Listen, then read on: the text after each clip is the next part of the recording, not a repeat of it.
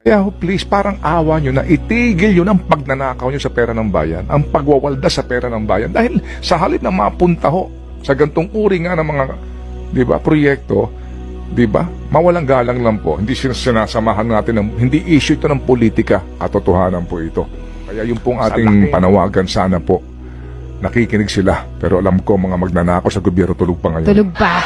Ito nga mga kababayan, bago natin ituloy ang video na ito, kung bago ka lang sa aking YouTube channel baka pwede makahingi ng like at subscribe at click mo na rin ang notification bell para updated ka sa aking nilalabas na bagong video. Salamat po. Ito pa, dati mild lang ito magsalita. Ngayon, nakikisali na rin si Mr. Pailon sa mga kabulastugan ng gobyerno. Ito, pakita natin yung sinasabi ni Mr. Ted Pailon.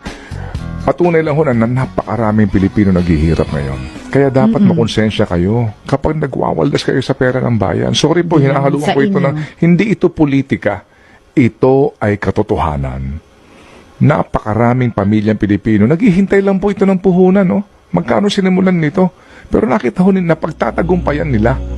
Kaya please, parang awa nyo na itigil yun ang pagnanakaw nyo sa pera ng bayan, ang pagwawaldas sa pera ng bayan. Dahil sa halip na mapunta ho sa gantong uri nga ng mga, di ba, proyekto, di ba, mawalang galang lang po. Hindi sinasamahan natin, hindi issue ito ng politika, katotohanan po ito. Sa laki ng pera ng gobyerno. Sana man lang po may mga ganitong uri.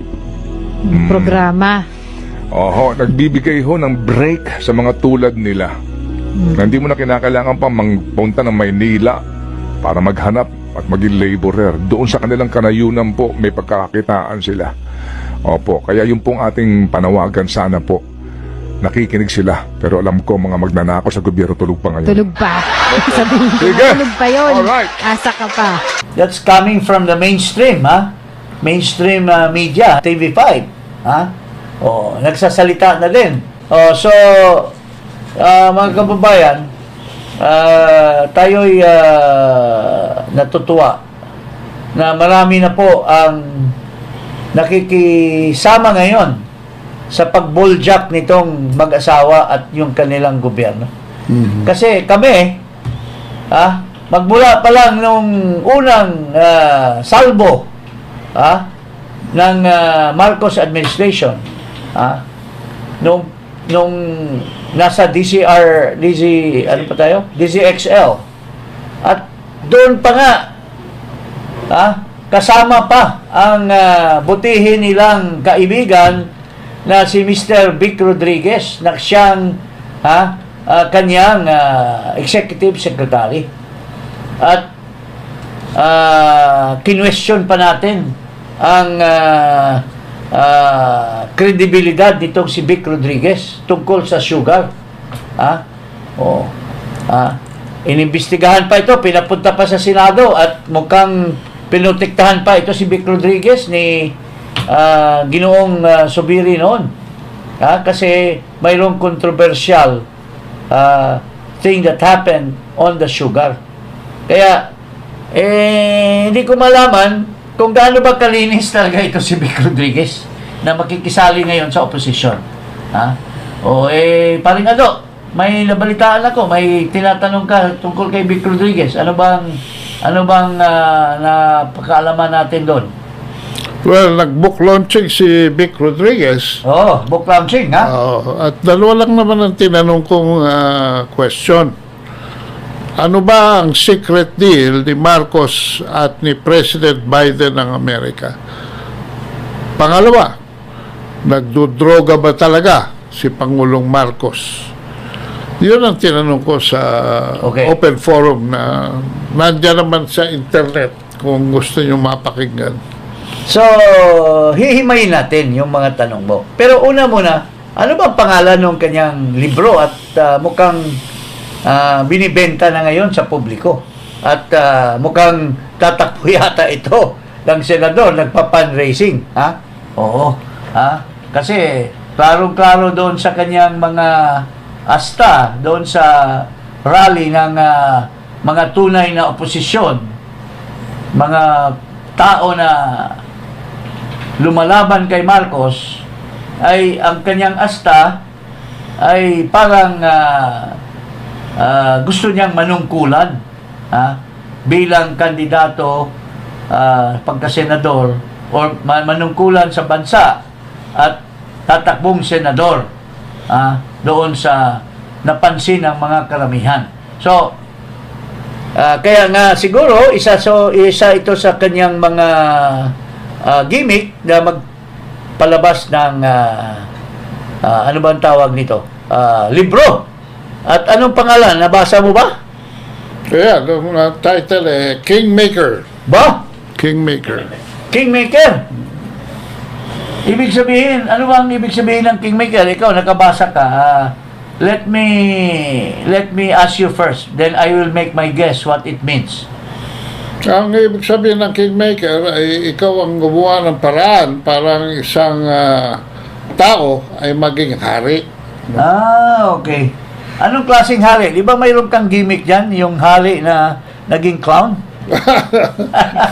Sabi ko nga sa kanila, hindi naman kayo nagsasabi na maglalabas kayo ng libro. Sana may pinahabol ako para sa introduction. That the clown, no, when he enters the palace, he does not become king. Malacanang becomes a circus. Yan ho ay isang sawikain ng mga Turkish proverb. No? Okay. Oo. Pero ano lang natin, masuri lang natin itong sinasabing Kingmaker. Kasi nakakahiya naman yun kung mag-claim ka na Kingmaker at parang ididirekta mo doon sa issue na ikaw yung nagpanalo, ikaw yung gumawa ng isang tao na hari, di ba? So at the outset, parang yun ang lumalabas doon sa kanyang libro na siyang nagpanalo kay Marcos. Hinggil yan sa kanyang pagiging campaign manager noong 2022 elections. Mukhang inaagawan niya ng papel si Ginang Sara Duterte. Kasi ang dami nagsasabi na kung wala si Sara, hindi nagtakbong vice president, Marcos is nowhere to be found. So how can somebody claim that he is the one is responsible for the victory of this guy? Meron din nagtanong tungkol doon. At ang kanyang sagot ay malaking tulong ang nagawa ng pagkapanalo ni Marcos, yung tulong ni Sara Duterte, at sa kabutihan palad ay hindi sila nagtunggali. Si Sara ay tumakbong vice president dahil inamin naman niya na kung tumakbo si Sara na presidente at kalaban si Marcos ay hindi malaman at hindi madali na magiging pangulo ang Marcos. So hindi madali. There's a difficulty. So ibig sabihin, hindi ka makapag-claim na ikaw yung nagpanalo. Kasi it's dependent on a certain factor, which is very clear. The factor of Sara bringing in his minions, bringing in his people to join Marcos. Di ba? So how can you claim this, pero ikaw pare, nabasa mo ba yung kanyang libro? Tapos na ako ng 80%. Ano bang ganito kasi ang nangyayari dyan Here comes this guy, best friend ng Pangulo, protector ng Pangulo, defender ng Pangulo, defender ng lahat ng kanyang mga kabulastugan. Even when he claimed that he won against Leni, which was doubted and eventually debunked by the Supreme Court, he was there. So it seems during the time that Marcos was down and out, he was the yaya or the... So it is expected that in all things that Marcos was doing, he was a privy to everything. Now, I want to know, I haven't read his book. Ito lang, curiosity, kasi mukhang maraming nagugoyo na mga opposition. Parang ginagawa siyang hero to fight Marcos. Pero, ang tanong natin, ano bang content ng kanyang libro? Did he really left, or did he really live already his friendship with Marcos? The fact that if you are a member, a true-blooded member of the opposition, you are the true and severest critic, or even to the extent that you are the severest person who would do everything to take Marcos down, di ba? Did he do that in his book? Para he will be worthy of being called na, you're a real opposition. Baka mamaya binabanatan mo lang yung asawa dahil for personal reason, but you have remained friends at tinatago mo pa rin yung kabulastugan at mga kabahuan ni Marcos. Anong klase kang di ba? Anong klase kang opposition? Opposition ka lang for your own sake or for your own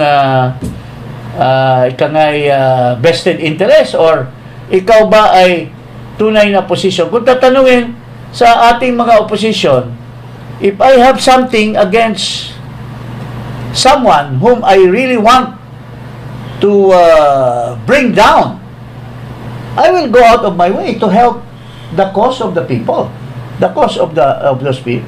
Pero kung hinahawakan mo pa rin, tinatago mo pa rin, how can you be called a true and genuine opposition that will fight for the people?